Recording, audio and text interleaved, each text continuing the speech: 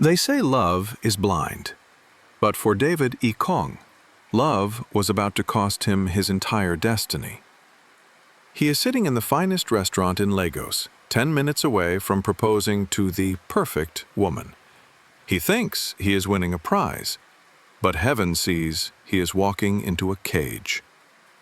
This is the story of a modern-day Samson and the night he almost lost it all to Delilah. The velvet box in David's pocket felt heavier than the concrete foundations he poured for a living.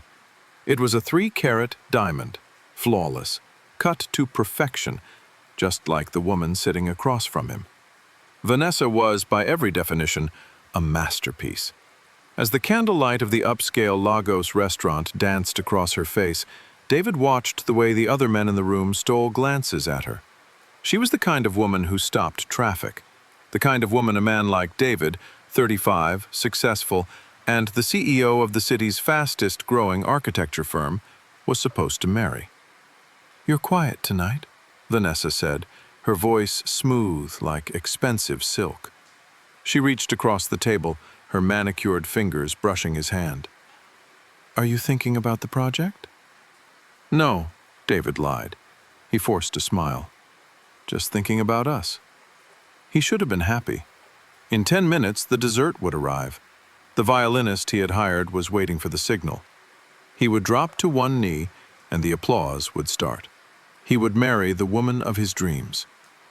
But as David looked into Vanessa's mesmerizing eyes, a cold shiver ran down his spine. It wasn't excitement.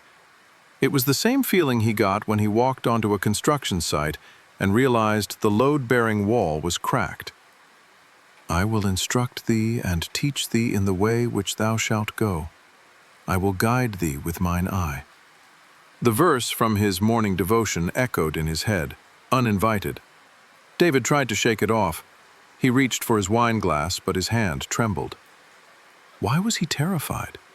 6 months ago, life had been simple. David was known as the Nehemiah of his industry, a man who built with a trowel in one hand and a sword in the other. He didn't just build skyscrapers, he built kingdom centers. His firm tithed 10% of every contract before expenses. He spent his Saturday mornings mentoring fatherless boys. His strength was legendary. Then came the valley. It hadn't started with a sin, it started with exhaustion.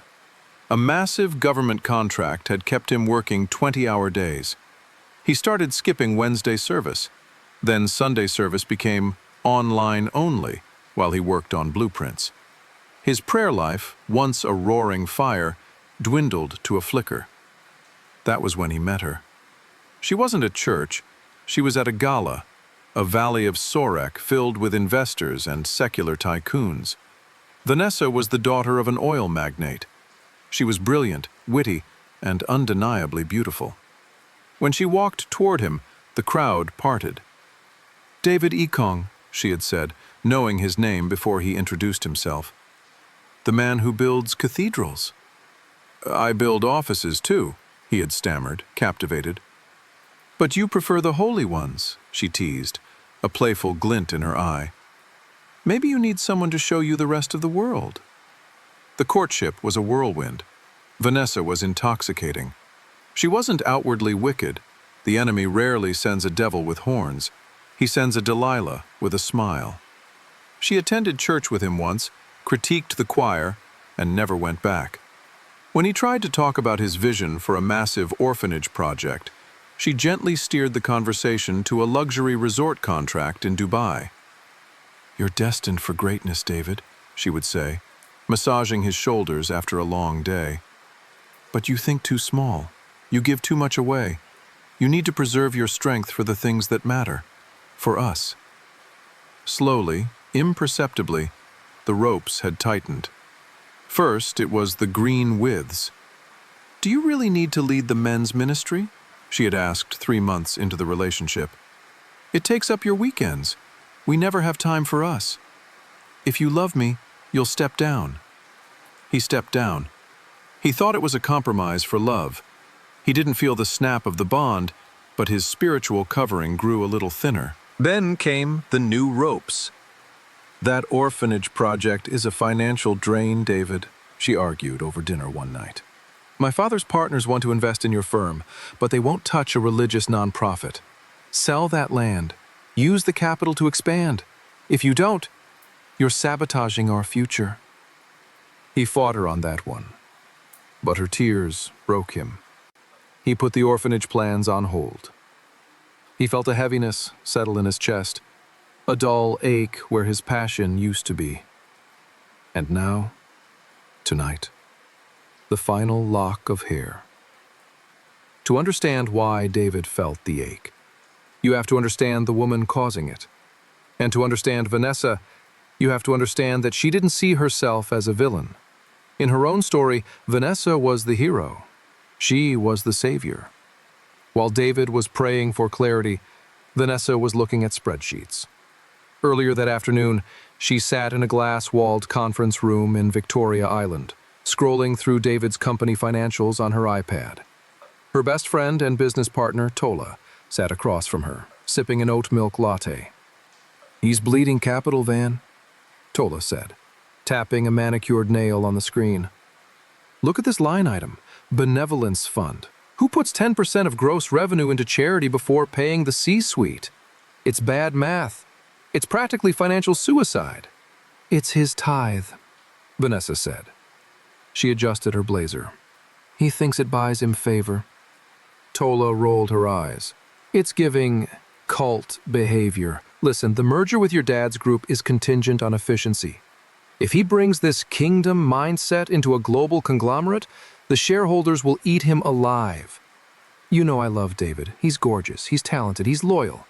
But this religious trauma he's holding on to, it's going to cap his growth." Vanessa looked out the window at the Lagos skyline.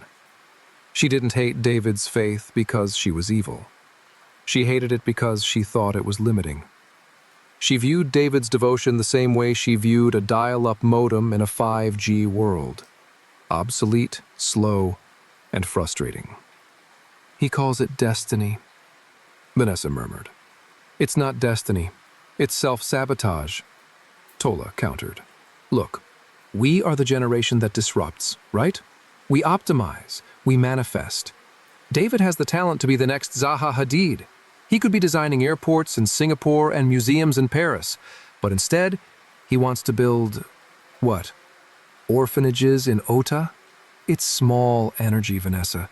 You need to help him level up. You're not changing him, you're upgrading him."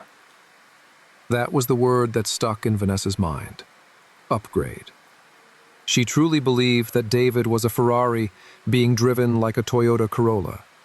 She wasn't trying to destroy him, she was trying to unleash him. In her mind, his consecration was just fear dressed up as piety. His refusal to cut corners was a lack of hustle. His obsession with hearing God was just an inability to trust his own gut. She remembered the fight they had over the luxury resort contract in Dubai. It wasn't just about money for her. It was about legacy. "Why are you hesitating?" she had asked him, watching him pace his living room.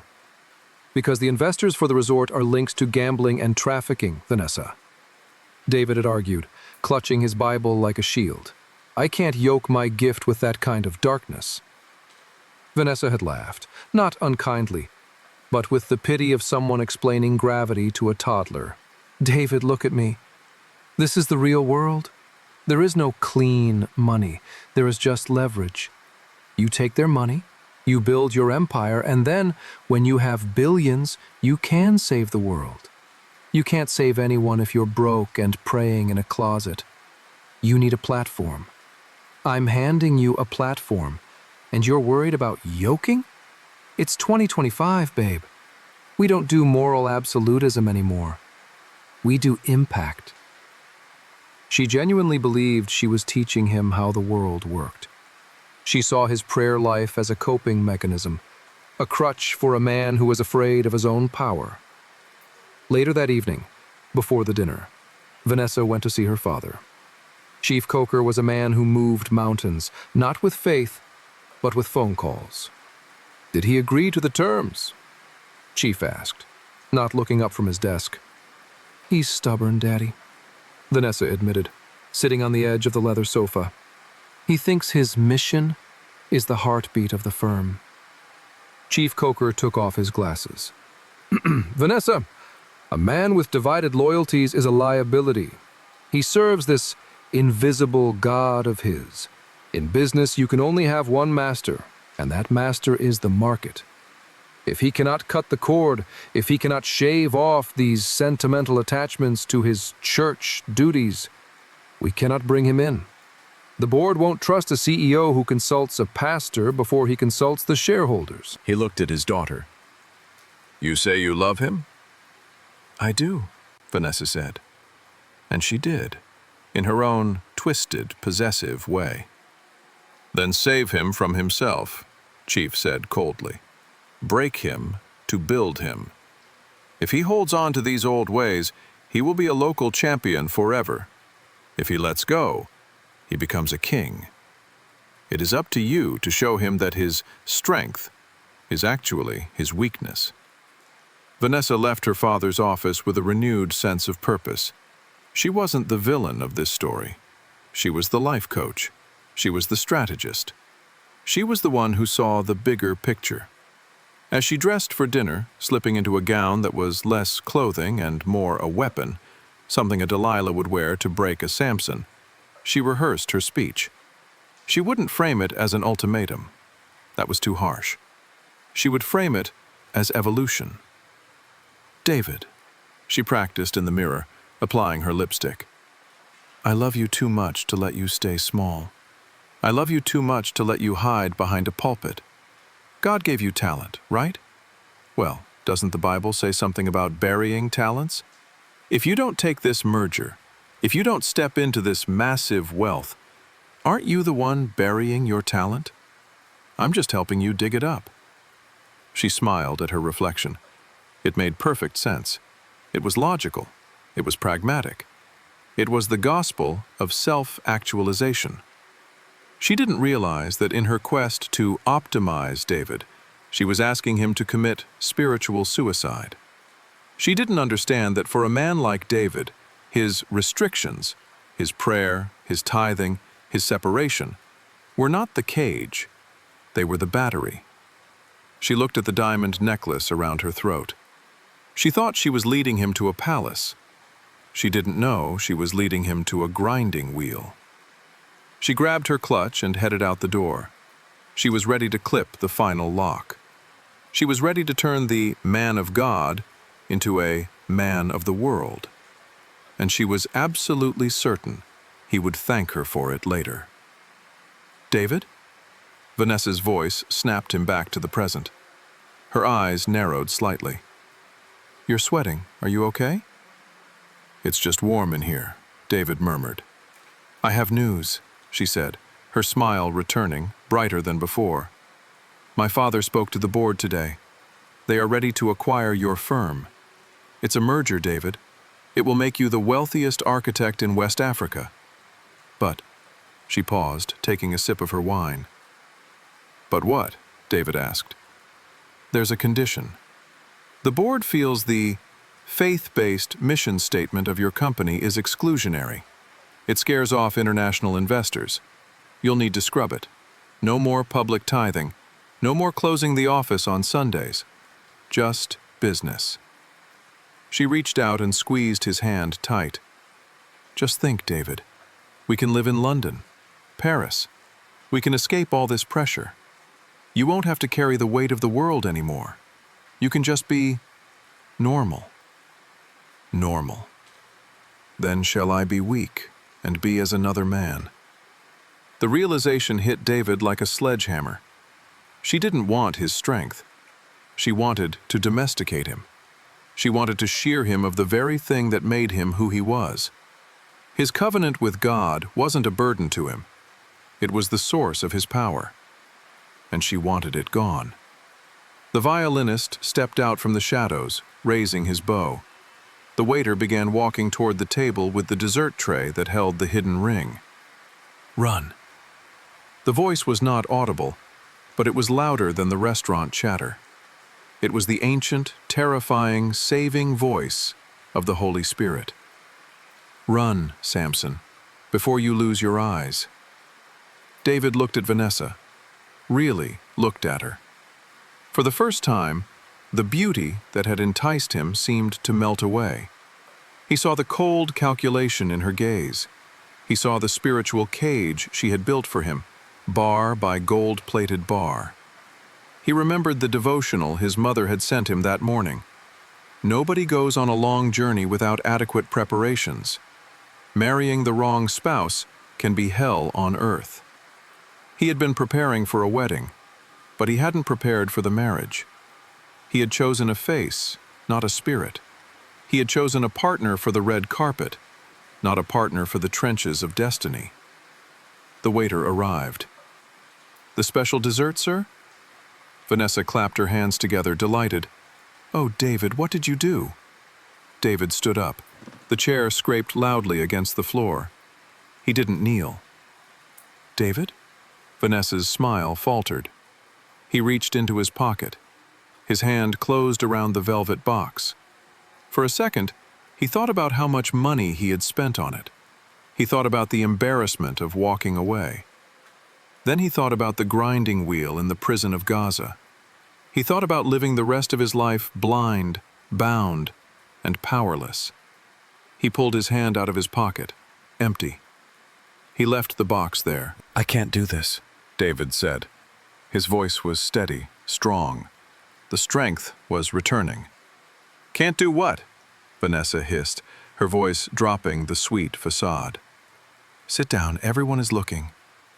"I can't sell the firm," David said, his voice rising. "And I can't scrub the mission. And I definitely cannot marry you." Vanessa's face hardened into a mask of pure fury. "You are making a mistake. You are walking away from millions. You are walking away from me." "I know," David said. He felt light. He felt free. "But I'd rather walk away with my eyes open than stay and lose my vision." He turned and walked out. He didn't look back at the stunned silence of the restaurant. He didn't look back at the woman who had almost been his Delilah. He walked out into the humid Lagos night, loosened his tie, and looked up at the sky. It started to rain, a soft, cleansing drizzle. David pulled out his phone. He dialed his project manager. "Sir, it's 9 p.m. Is everything okay?" "Get the plans for the orphanage back on my desk," David said, tears mixing with the rain on his face. "We break ground on Monday. And call the men's ministry leaders. Tell them I'm back." He had lost the girl. He had lost the merger. But as he walked toward his car, David Ekong knew he had kept something far more valuable. He had kept his hair. If this were a fairy tale, David would have walked away from that restaurant and found $1 million on his doorstep the next morning. But this wasn't a fairy tale. It was a walk of faith. And faith is often tested before it is trusted. For the first 6 months after the breakup, it looked like Vanessa was right. News of the failed merger leaked to the business blogs. Tola, Vanessa's friend, made sure the narrative was spun correctly.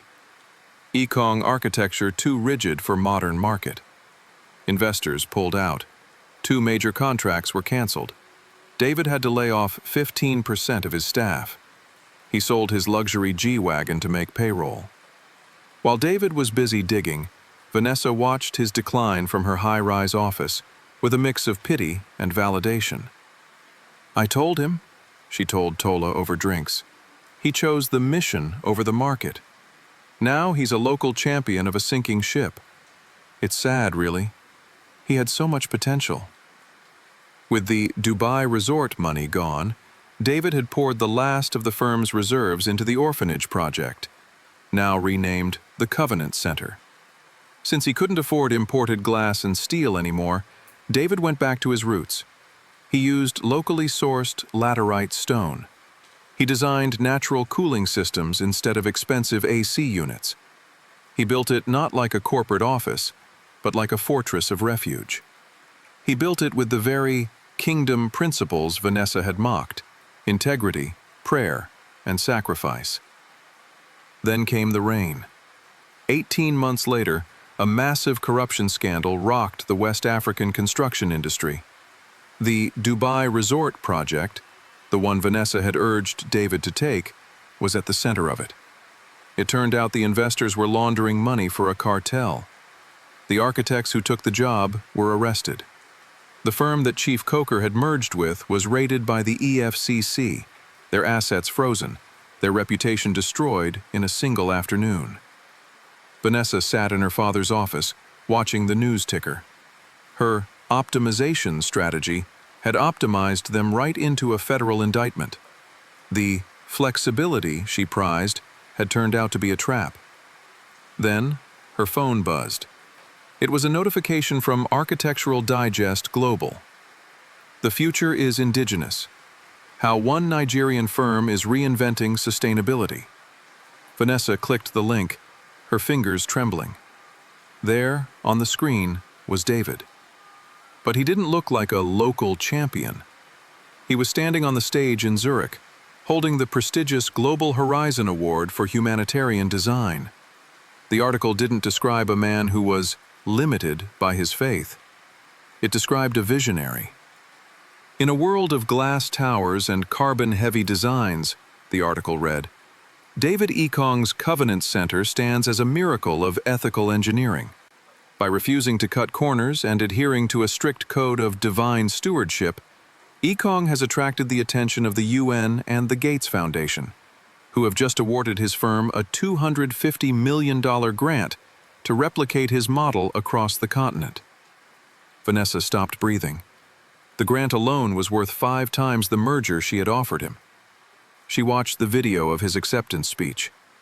David looked sharper, stronger.